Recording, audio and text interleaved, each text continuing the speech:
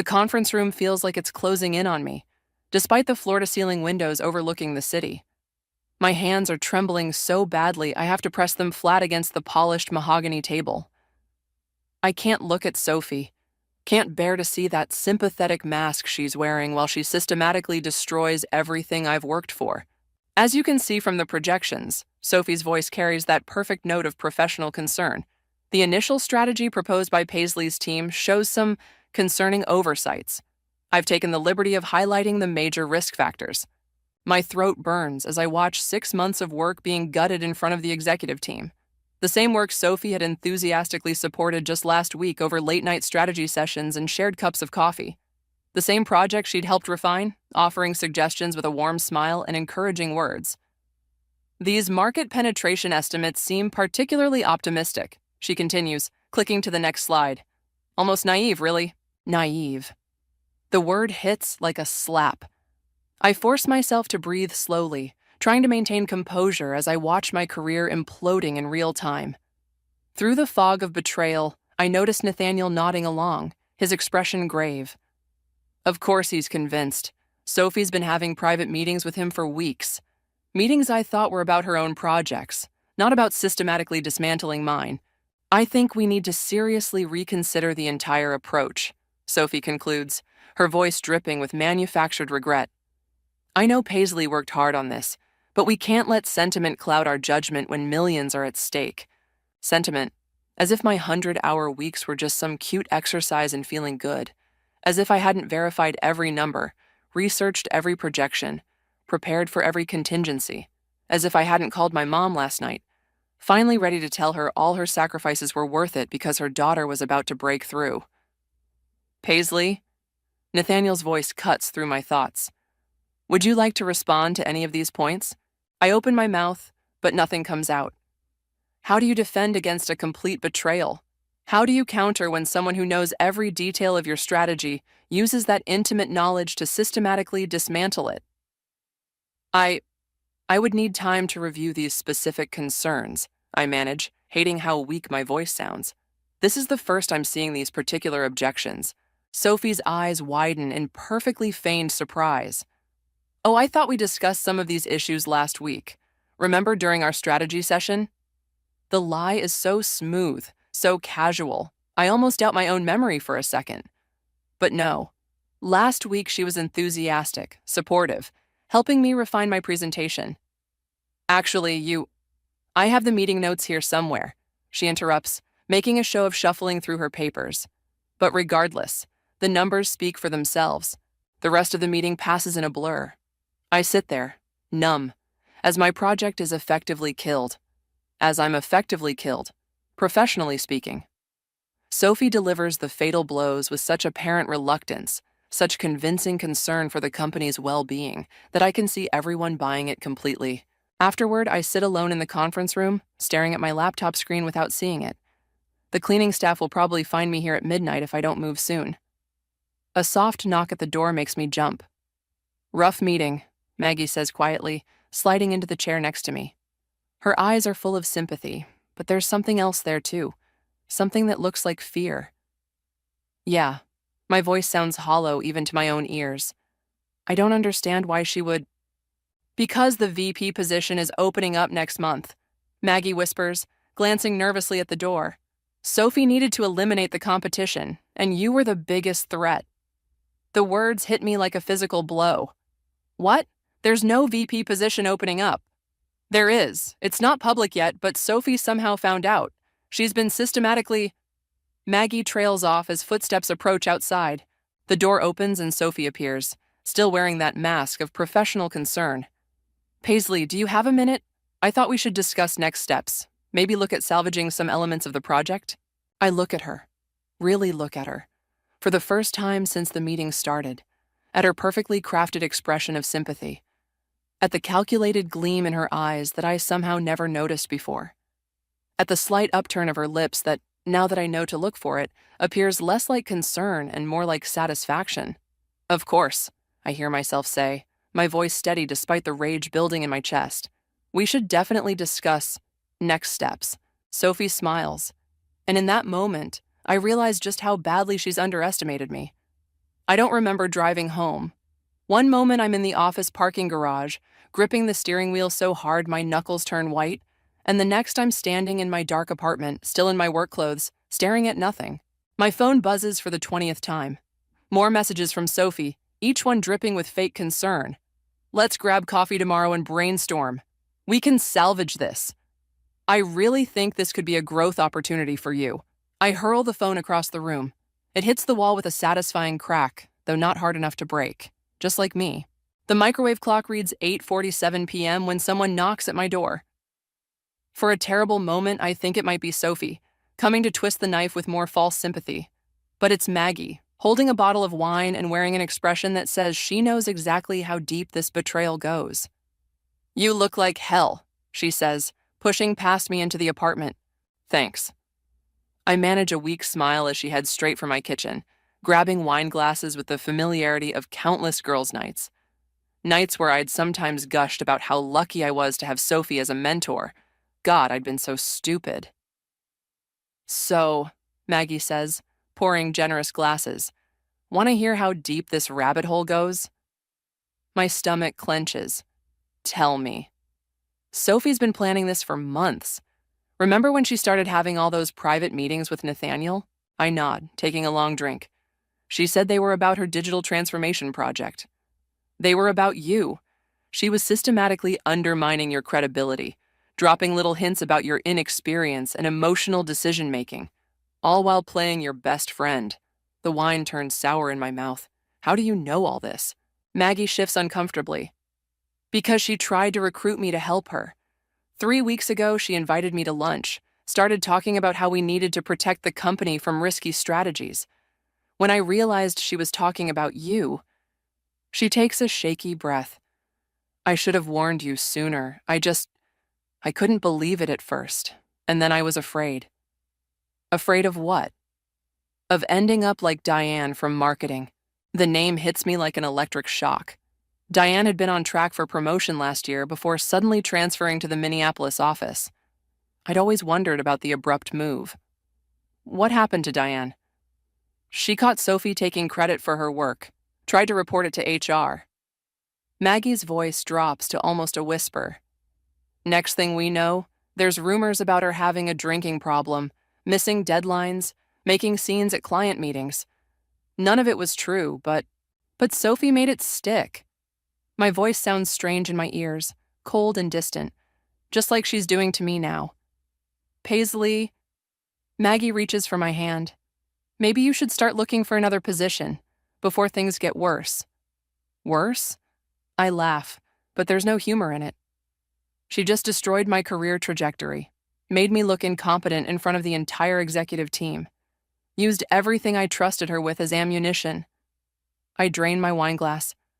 How could it get worse? She's not done, Maggie says quietly. I overheard her talking to Nathaniel after the meeting.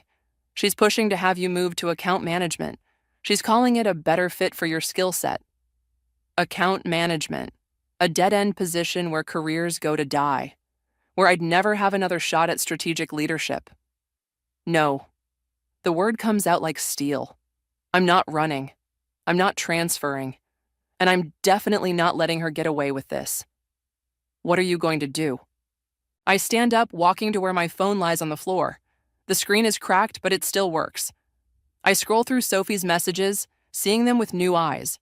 Every sympathetic word, every offer of help. They're not just manipulative, they're evidence. First, I say, I'm going to document everything, every interaction, every email, every meeting. Then I'm going to figure out exactly what she's hiding. Paisley, be careful. Sophie has powerful friends. So did Diane, probably. I turned to face Maggie. But Diane tried to fight alone. I won't make that mistake. My phone buzzes again. Another message from Sophie.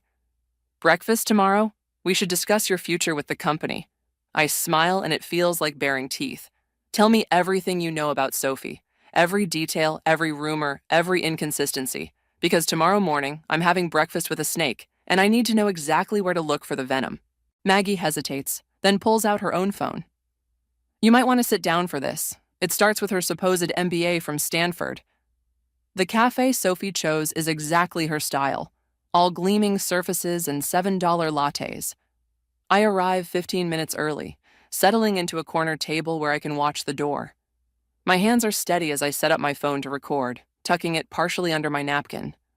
Legal in this state, I checked. Sophie breezes in right on time, designer handbag swinging. Paisley, I'm so glad you agreed to meet. She pulls me into a hug I don't return. I ordered us both oat milk lattes. Still your favorite, right? Of course she remembers my coffee order, just like she remembers my mother's name, my childhood dream of becoming a writer, the fact that thunderstorms make me anxious. She collected these details like ammunition, storing them away for moments exactly like this. Thanks, I say, forcing a smile. So thoughtful of you. Always. She settles into her chair, arranging her face into perfect concern. Listen, about yesterday. I know that was hard, but I really think this could be a positive turning point for your career. How so? Well, I've been talking with Nathaniel. She leans forward conspiratorially. There might be an opening in account management. Much better work-life balance, less pressure. I think it could be perfect for you. My throat tightens. Maggie was right. That's quite a change from strategic planning. Sometimes a step sideways is really a step forward. She stirs her latte with practiced precision. Besides, we both know the executive track can be brutal. Look what happened to poor Diane. The casual mention of Diane sends ice through my veins. It's not a random example. It's a warning. Speaking of career paths, I say carefully, I was looking up your Stanford MBA thesis the other day for inspiration. Strangely, I couldn't find it in the database. The tiniest flicker crosses Sophie's face. So brief, I would have missed it if I hadn't been watching for it. Oh, you know how university systems are. Probably filed under the wrong name or something? Probably. I take a sip of my latte. When did you graduate again? 2018? 2019. She says it automatically, then frowns slightly. Last night, Maggie showed me Sophie's LinkedIn profile. It clearly states 2018. Right, 2019. Must have been right after your time at Goldman Sachs. Another microscopic tell, a tightening around her eyes. According to Maggie's research, Sophie never worked at Goldman. The dates on her resume overlap with a middle management position at a regional bank. Paisley, she cuts in smoothly. I know yesterday was disappointing, but dwelling on the past won't help. We need to focus on your future. In fact, I've already drafted the transfer request for account management. With my recommendation, it should be approved by next week.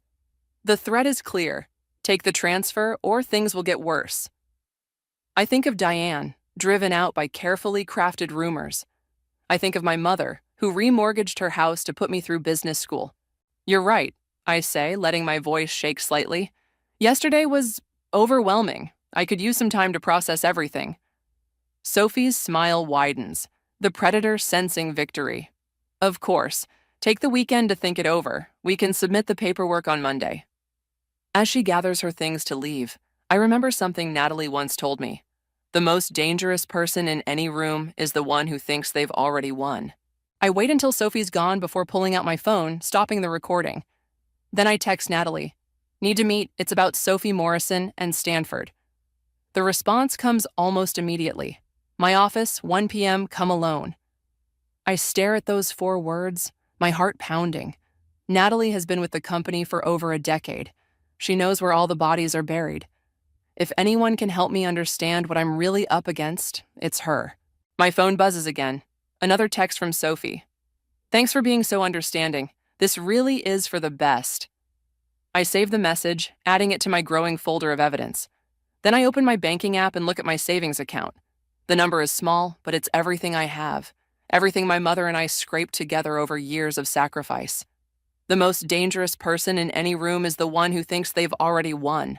I close the app and start drafting an email to HR, requesting copies of all my performance reviews. By the time I meet Natalie, I need to be ready for whatever she tells me. Because one thing is becoming crystal clear. This isn't just about saving my career anymore. This is about survival. Natalie's office feels different today. Colder, more fortress than sanctuary. She doesn't offer me a seat, just stands by her window looking out at the city below. My mentor's usual warmth is nowhere to be found. Close the door, she says without turning around. I do, my hands trembling slightly. The The click of the latch sounds final, like a cell door closing. "Before we start," Natalie says, finally facing me, "I need to know exactly what you plan to do with whatever I tell you." "I need to stop her," I say, "before she destroys my career like she did to Diane." Natalie's expression tightens. Diane was lucky. Lucky? She was forced out. She got out alive. Natalie moves to her desk, unlocks a drawer, and pulls out a thick manila folder. 3 years ago, we had an analyst named Marcus. Brilliant kid, full of potential. He noticed some irregularities in Sophie's client reports. My mouth goes dry. What happened? He tried to be clever about it, gathered evidence, built a case. Then his laptop was stolen during a break-in at his apartment. The next week, police found cocaine in his desk. He was fired, arrested, lost his license to work in finance. I swallow hard. You think Sophie planted it? I think Sophie does whatever it takes to protect herself. Natalie slides the folder across her desk, and I think you need to understand exactly what that means. Inside the folder are printouts, emails, photographs. Years of carefully documented incidents, all connecting back to Sophie. Projects mysteriously failing after she offered to help. Careers derailing after people questioned her credentials. A pattern so clear it makes me sick. Why hasn't anyone stopped her? Because she's brilliant at covering her tracks.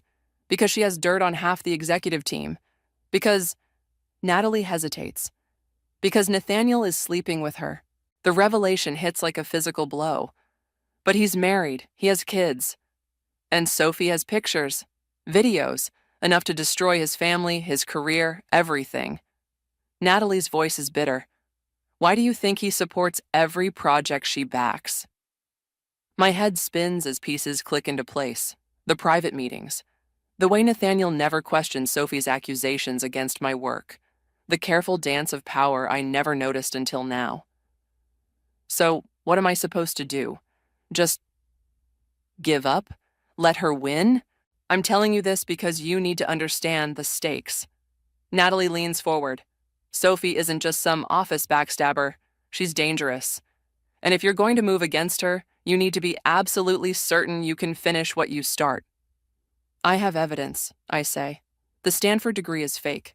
Her Goldman Sachs experience never happened. If I can prove, others have tried proving things. Natalie taps the folder. That's not enough. You need something she can't wiggle out of, something that would destroy her completely. She pauses, and you need to be willing to get your hands dirty. My phone buzzes. A text from Sophie. Just confirmed your transfer paperwork is ready. So excited for your new chapter. Looking at her message, I feel something shift inside me. The last traces of the naive girl who trusted Sophie's mentorship crumble away. What about Lyle? I ask, remembering something from Maggie's intel. Her ex-partner from the consulting firm? Natalie's eyebrows rise slightly. What about him? Maggie mentioned he left suddenly, right when Sophie started here. That timing seems convenient. A slow smile spreads across Natalie's face. Now you're thinking like someone who wants to survive. She pulls out a Post-it, writes down a number. Lyle works in Boston now. If you call, don't use your regular phone. Don't leave an electronic trail. I take the number, my hand steady. Thank you, for everything. Don't thank me yet. Natalie starts returning documents to the folder. And Paisley, whatever you find, be very sure you want to live with the consequences. Walking back to my desk, I pass Sophie in the hallway. She beams at me, reaching out to squeeze my arm. Can't wait to welcome you to the account management team. I smile back, channeling every ounce of her own fake warmth. Me too. Such a blessing to have someone looking out for me. The words taste like ash in my mouth, but Sophie's answering grin tells me she bought it completely. She walks away, heels clicking on marble, while I clutch Lyle's number in my pocket. Tonight I'll buy a burner phone. Tomorrow I'll start learning exactly what Sophie is capable of. And then I'll show her what I'm capable of. The burner phone feels illicit in my hand as I pace my living room. It's taken 3 days to work up the courage to call Lyle. 3 days of watching Sophie strut around the office like she's already won. I punch in the number Natalie gave me, holding my breath. Hello? The voice is cautious, guarded. Lyle, this is about Sophie Morrison. Silence stretches for so long I think he's hung up. Then, how did you get this number? Natalie gave it to me. I'm her next target. A sharp intake of breath. Jesus, I told her this would happen eventually. Told who? Natalie, after Sophie? He stops. Look, I can't do this over the phone. Are you in Boston? I can be. Tomorrow? He names a cafe, a time. I book a flight before I can lose my nerve, using cash withdrawn in small amounts over the last few days. Sophie's taught me the value of covering tracks, at least. The next morning, I find Lyle nursing a coffee in the back corner of a shabby diner. Nothing like Sophie's sleek cafe choices. He's younger than I expected, maybe early 30s, but his eyes are old. You must be Paisley, he says as I slide into the booth. You have that same look she gives all her victims, like you're still trying to figure out how you missed the warning signs. Were there warning signs? He laughs, but there's no humor in it. Only if you knew where to look. Sophie, she's brilliant at making you see what she wants you to see. What did she want you to see? A future, partnership at our consulting firm, marriage eventually. His hands tighten around his coffee cup, right up until she didn't need me anymore. What happened? I found discrepancies in our client billing. Small things at first, but they added up. When I confronted her, he pulls out his phone, scrolls through photos. Here, this was my apartment afterward. The image shows a ransacked room, drawers emptied, electronics smashed, walls spray painted with a single word, liar. She did this? Can't prove it. Just like I couldn't prove she was the one who sent anonymous tips to our biggest clients about fraudulent billing practices. Tips that implicated me, specifically. His smile is bitter. By the time the dust settled, I was lucky to avoid jail time. My stomach churns. Why are you telling me this? Because you need to understand what you're dealing with. Sophie doesn't just destroy careers, she destroys lives, and she's gotten better at it since my time. I have evidence, I start, but he cuts me off. Evidence doesn't matter. Power matters. And Sophie... He glances around before lowering his voice. Sophie has something on everyone, including things they don't even know about yet. What do you mean? He pulls out a USB drive. After everything happened, I hired a private investigator. He found, well, see for yourself. But be careful where you open this. And whatever you do, don't let Sophie know you have it. I take the drive, my heart pounding. Why help me? Why now? Because you're not the first person Natalie's sent my way, but you might be the first one smart enough to actually stop her. He stands, dropping cash on the table. One more thing. Check into Riverside Consulting. That's where she worked before Goldman Sachs. Or claimed to, anyway. Wait, I call as he reaches the door. What happened at Riverside? He turns back, and for the first time, I see real fear in his eyes. Ask about the partner who died. The one whose signature kept appearing on documents months after his supposed heart attack. I sit there long after he's gone, turning the USB drive over in my hands. My phone buzzes. Sophie, of course. Missing you in the strategy meeting, but don't worry. I'm taking good notes for the account management transition. Another message follows immediately. BTW saw you took a personal day. Hope everything's okay with your mom. She's still in Phoenix, right? My blood runs cold. I never told Sophie where my mother lives. Never mentioned Phoenix at all. The threat is clear. She's watching me, monitoring my movements. I book a return flight under a different name, paying cash again. On the ride to the airport, I think about Lyle's ransacked apartment, about Marcus and the planted cocaine, about the dead partner at Riverside. The USB drive weighs heavy in my pocket, like a loaded gun. Sophie thinks she's the only one willing to get her hands dirty. Time to show her just how wrong she is. But first, I need to call my mother. Tell her to change her locks, check her accounts, be careful. Because if Sophie's willing to destroy lives over business deals, what might she do when she realizes I'm coming for everything she has? The contents of Lyle's USB drive glow on my laptop screen at 3 a.m., making my hands shake so badly I can barely scroll. Financial records, emails, photos, but most damning, a video file showing Sophie and a silver-haired man I recognize as the deceased Riverside partner, arguing about forged documents. a video dated 3 months after his supposed death. A knock at my door makes me slam the laptop shut. My heart pounds until I hear Maggie's voice. Paisley, it's me. She looks terrible, mascara smeared, hair disheveled. Sophie knows you went to Boston. What? She called me into her office today, started asking questions about our friendship, about your emotional stability. Then she mentioned your trip. Maggie's voice cracks. She showed me pictures of you at the airport. Ice spreads through my veins. How did she? She has people, Paisley, people who watch, who report back. And now? Maggie pulls out her phone, shows me an email. She's offering me a promotion, senior marketing manager. The position Maggie's been wanting for 2 years. The timing isn't subtle. What did you tell her? Nothing. Yet. Maggie won't meet my eyes. But she's expecting an answer tomorrow. About you. About everything I know. Understanding hits like a physical blow. She's trying to turn you against me. I would never. Maggie starts, then stops. God, Paisley, what have you gotten into? This morning I saw Nathaniel coming out of her office looking scared. Actually scared. And an hour later, HR announced his voluntary transfer to the Minneapolis office. Minneapolis, where Diane went, where careers go to die. She's cleaning house, I realize, consolidating power before I think of the video on my laptop, of the dead partner who wasn't dead, of signatures that kept appearing months later. I can't lose this opportunity, Maggie whispers. My mom's medical bills. I know, and I do know. Just like Sophie knows. She's brilliant at finding pressure points, at turning people's desperation against them. Whatever you're planning, Maggie says, whatever you found in Boston, be careful, please. After she leaves, I open my laptop again.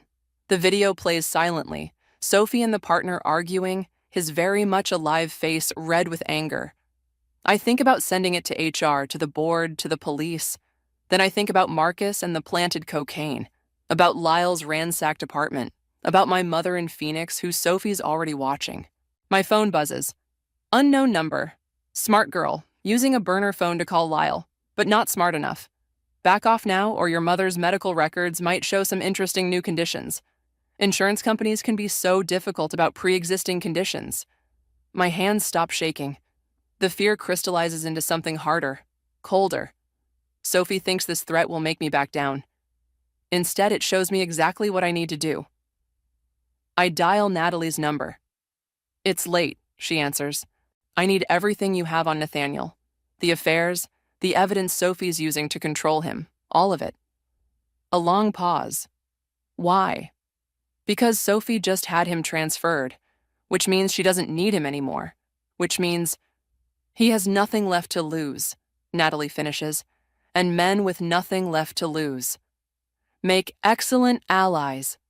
Another pause. Come to my office first thing tomorrow. But Paisley, remember what I said about being sure you can finish what you start. I end the call and look at Sophie's thread again. Then I send a text to Sawyer in IT, the one person who's always seen through Sophie's act. Need a favor, off the books. Can you track an anonymous number? His response is immediate. For you, absolutely. Sophie finally showing her fangs? More than that. She's showing her weakness. I close my laptop, tucking the USB drive into a secure place. Tomorrow, I'll meet with Natalie. I'll contact Nathaniel. I'll start putting pieces in place. Because Sophie's right. I am smart. Smart enough to realize that the best way to defeat a monster isn't to expose them. It's to become a bigger monster. One who's willing to risk everything, because they've already lost what matters most. My phone buzzes one last time. Sophie. Account management paperwork all set. Though after your unauthorized absence today, we might need to discuss performance improvement plans instead. Breakfast tomorrow? I smile at her message, cold and sharp. Absolutely. I have some interesting things to share. The game is changing, Sophie, and this time I'm writing the rules. The quarterly board meeting room feels like a courtroom, all dark wood and heavy silence. I sit calmly, watching Sophie work the room before the meeting starts. She's wearing her power suit, black Armani, red-soled heels, the outfit she saves for career executions. She hasn't noticed Nathaniel yet, sitting in the back corner. Hasn't seen how his hands keep brushing the manila envelope in front of him. Hasn't realized that Natalie's evidence gave him exactly what he needed. a way to save his family by coming clean first. Ready for your big presentation? Sophie stops by my chair, voice dripping honey. I know account management projects aren't as exciting as strategy work, but actually, I smile up at her. I've made a few changes to the agenda. A flicker of uncertainty crosses her face. Before she can respond, the CEO calls the meeting to order. I watch Sophie take her seat, watch her scroll through the meeting agenda on her tablet. Watch the exact moment she realizes her name is listed under personnel issues.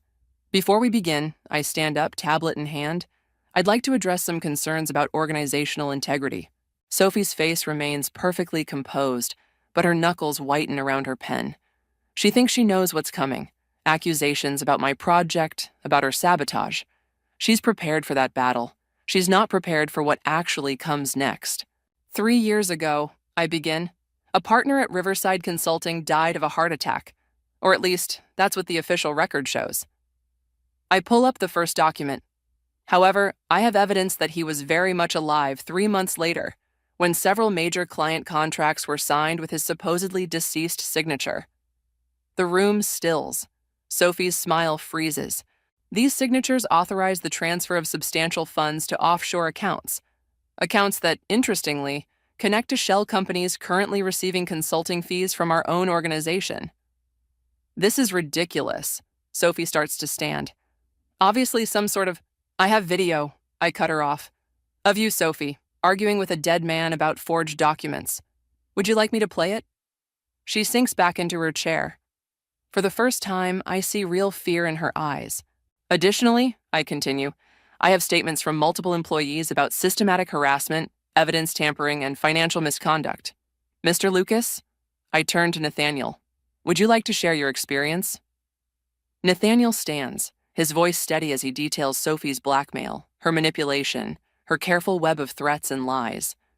As he speaks, I watch the board members' faces shift from skepticism to shock to anger.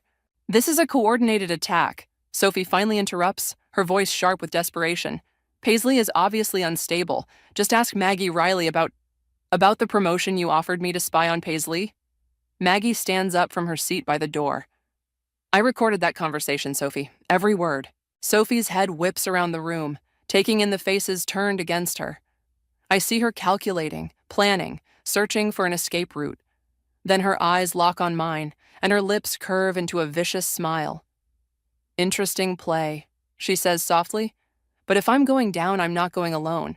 Should we discuss your mother's recent insurance fraud? The backdated claims? My heart stops. What? Sophie's smile widens. Amazing what people will sign when they're desperate, when their daughter promises it's all above board. The room spins. My mother's signature. The insurance papers I helped her with. The forms Sophie somehow got her hands on.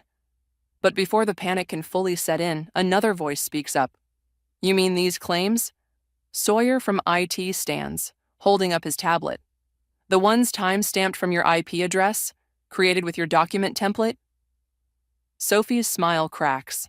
See, Sophie, I say, my voice steady despite my pounding heart. I learned from you. Every meeting, every email, every digital footprint, I tracked them all, including your failed attempt to frame my mother. The CEO's voice cuts through the tension. Security is on their way. Ms. Morrison, please surrender your company devices. What happens next feels like slow motion.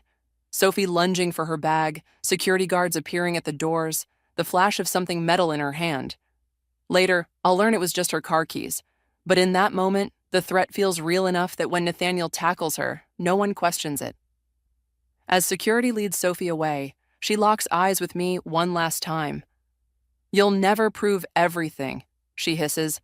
Never prove enough for criminal charges. I lean in close, pitching my voice for her ears only. I don't need to prove everything. I just needed to prove enough. The rest? I smile, channeling her own cold confidence. Well, I learned from the best about how rumors and suspicions can destroy someone, didn't I? The doors close behind her, and just like that, it's over. But as congratulations and questions flood in from all sides, I realize something. It's not really over at all. It's just the beginning of who I've become. The office feels different without Sophie's shadow looming over everything. I'm packing up my old desk, not for account management, but for my new office in strategic planning. My name's already on the door, though it still doesn't feel quite real. Quite a view you'll have up there, Maggie says, helping me box up photos. She pauses at one of Sophie and me from last year's holiday party, both smiling at the camera. Should we burn this? Keep it, I say, as a reminder. Of what? How good she was at faking it? Of how good I got at beating her at her own game. I take the photo, studying our faces. And what that cost. Maggie sets down the box she's holding. You did what you had to do. Did I? I think about the look in Sophie's eyes as security led her away, about the whispers that followed her arrest, the rumors I carefully cultivated, the evidence I strategically leaked. I became exactly what she was. No, Natalie's voice comes from the doorway. You became what you needed to be.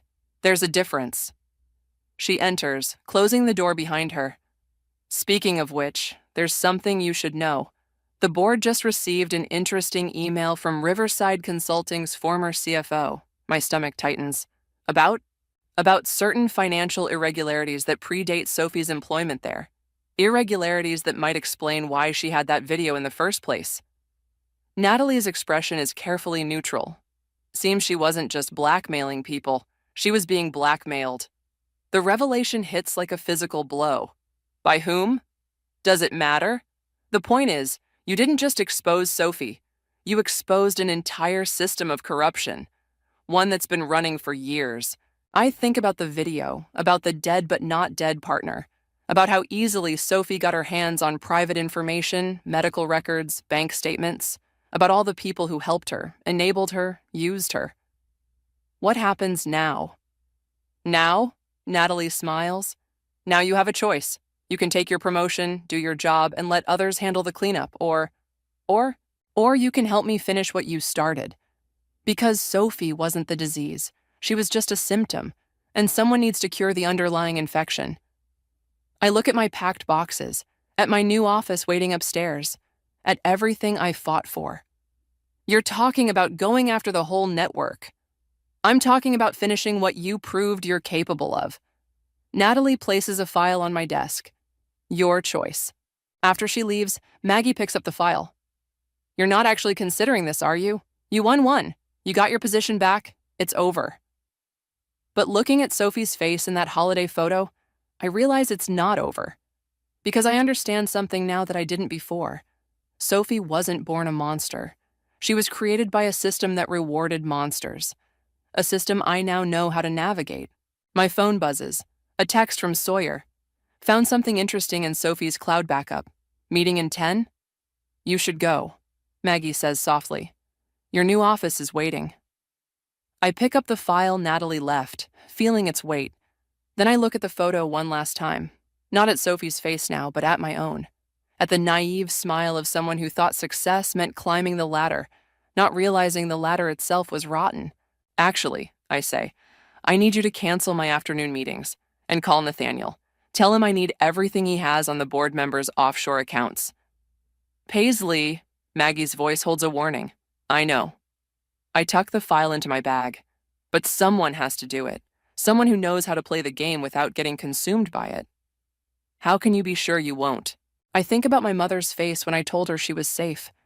About Diane's voice on the phone, thanking me for clearing her name. About Marcus, now working again in finance after his record was expunged. Because I remember who I'm fighting for, I say, heading for the door. And because now I know exactly who I am. The holiday photo stays on my desk, a reminder not of Sophie's betrayal, but of my own evolution. Because sometimes the only way to change a broken system is to master its rules, not to become a monster, but to learn how to hunt them. My phone buzzes again.